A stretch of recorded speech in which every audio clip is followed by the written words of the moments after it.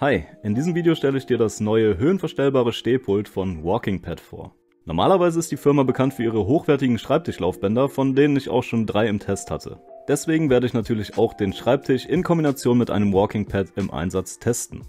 Fangen wir vorne an. Geliefert wurde der Tisch in 2 Paketen per UPS. Einmal das Gerüst und die Elektroteile und einmal separat die Tischplatte. Beide Pakete lassen sich notfalls gut alleine tragen. Die Tischplatte ist sehr gut verpackt und auf der Rückseite sind bereits vorgebohrte Löcher, die den Aufbau extrem vereinfachen. Auch die Löcher für das Bedienelement sind vorgebohrt, wodurch du es entweder links oder rechts am Tisch anbringen kannst. Das Gerüst kommt ebenfalls sehr gut verpackt an. Hier siehst du den Inhalt und jetzt möchte ich dir zeigen, wie einfach der Aufbau ist. Größtenteils brauchst du die M6 Schrauben, die du hier rechts siehst. Erst legst du dir am besten die lange Schiene auf den mitgelieferten Karton, um den Boden zu schützen. Dann stellst du die beiden Beine in die Schiene. Wenn du sie ganz außen platziert hast, kannst du sie mit den Schrauben hier in der runden Öffnung festziehen. Anschließend kannst du die Abdeckung von oben mittig der Beine einlegen. An den beiden Seiten kannst du dann jeweils 4 weitere Schrauben festziehen. Danach legst du die Füße auf die Beine und ziehst sie schön fest. Dreh dann noch die Standfüße rein und dreh anschließend das Gestell um. Das ist leichter zu zweit, geht aber notfalls auch alleine. Montiere dann die seitlichen Stützhalter und verwende hier das erste Mal die anderen Schrauben mit dem flachen Kopf, damit die Tischplatte glatt aufliegen kann. Die anderen Schrauben passen auch, deswegen ist es hier wichtig darauf zu achten, die flachen zu verwenden. Verkable anschließend die Elektronik genau nach Anleitung. Hier kannst du auch nicht viel falsch machen. Schau nur, dass das Bedienteil an der richtigen Stelle aus dem Gestell kommt, damit du es gleich auf deiner Wunschseite anbringen kannst. Lege dann die Tischplatte genau auf die vorgebohrten Löcher und ziehe sie alle gut fest. An der Stelle solltest du alle M6 Schrauben aufgebraucht haben. Jetzt fehlt nur noch das Bedienelement. Das montierst du am besten auch über Kopf, indem du dich auf den Rücken legst und die 2 letzten Schrauben verwendest. Und schon bist du fertig. Verbinde dann den Tisch mit dem Strom und teste, ob die Höhenverstellung funktioniert. Es muss nichts mehr kalibriert werden und sollte direkt funktionieren. So sieht es aus, wenn du schon eine Höhe gespeichert hast.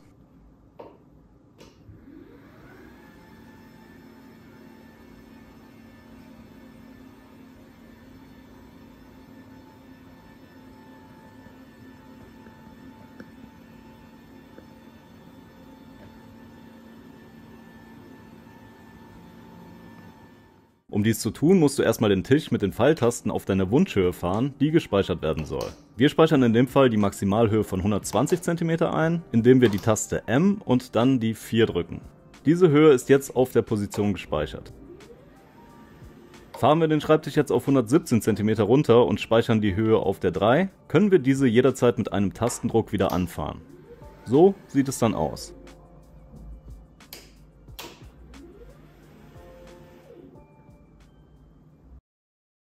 Kommen wir zu meinem Alltagstest.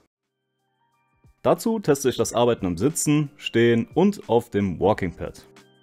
Dafür habe ich mir jeweils 3 Höhen eingespeichert und am Ende mache ich noch einen Kollisionstest.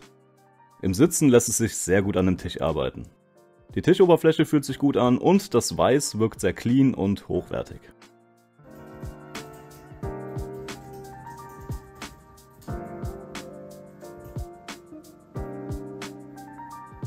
Kommen wir zum Stehtest. Hier siehst du, wie geschmeidig der Tisch hochfährt.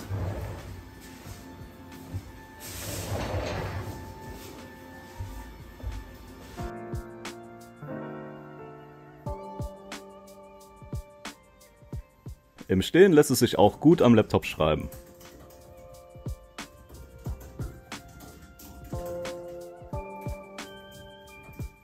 Jetzt kommt der in meinen Augen wichtigste Test.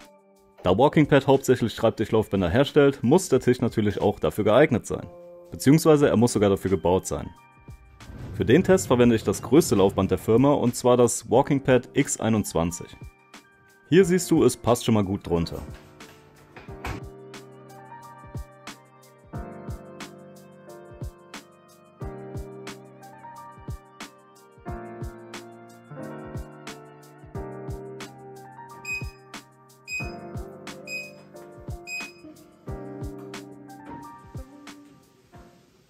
Tippen kann man auch gut beim Gehen.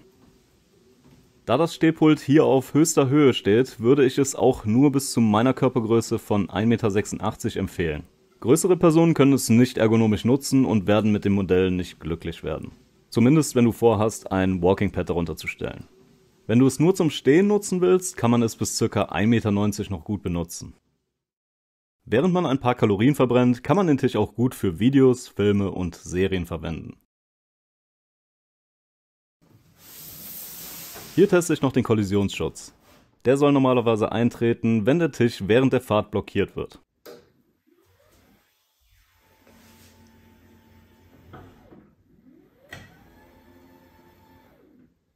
Ich habe es öfter probiert und es funktioniert zuverlässig. Kommen wir zu meinem Fazit. Als zweite Arbeitsstation ist das Stehpult sehr gut geeignet. Wenn du beispielsweise einen festen Schreibtisch hast und gerne etwas Bewegung in den Arbeitsalltag bringen willst, kannst du ihn sehr gut dafür verwenden. Mehr möchte dieser Schreibtisch im Prinzip auch nicht sein. Gerade für die Arbeit am Laptop ist er super. Mit der Länge von 1,20 m ist er groß genug, um anständig daran zu arbeiten, egal mit oder ohne Walking Pad. Man kann sich so eine kleine Arbeits-Fitnessstation aufbauen. Die Materialien wirken hochwertig und die Höhenverstellung funktioniert auch sehr gut und geschmeidig. Ich kann den Tisch für Leute bis maximal 1,86 m Körpergröße empfehlen, wenn ein Laufband darunter soll. Ohne Walking Pad passt er für Personen im Stehen bis ca. 1,90 m Körpergröße. Dank der Partnerschaft mit Walking Pad darf ich einen 160 € Rabatt an dich weitergeben. Um den Rabatt automatisch zu aktivieren, kannst du dem ersten Link in der Videobeschreibung folgen. Dieser wird dann an der Kasse direkt abgezogen. Es gibt derzeit auch ein Bundle-Angebot, bei dem du 300 € sparen kannst, wenn du dir noch ein Laufband dazu holst. Schreib mir gerne in die Kommentare, wenn du Fragen hast. Ansonsten danke ich dir fürs Zusehen und auch vielen Dank an Kingsmith für die Möglichkeit, das Stehpult zu testen. Bis zum nächsten Video, alles Gute!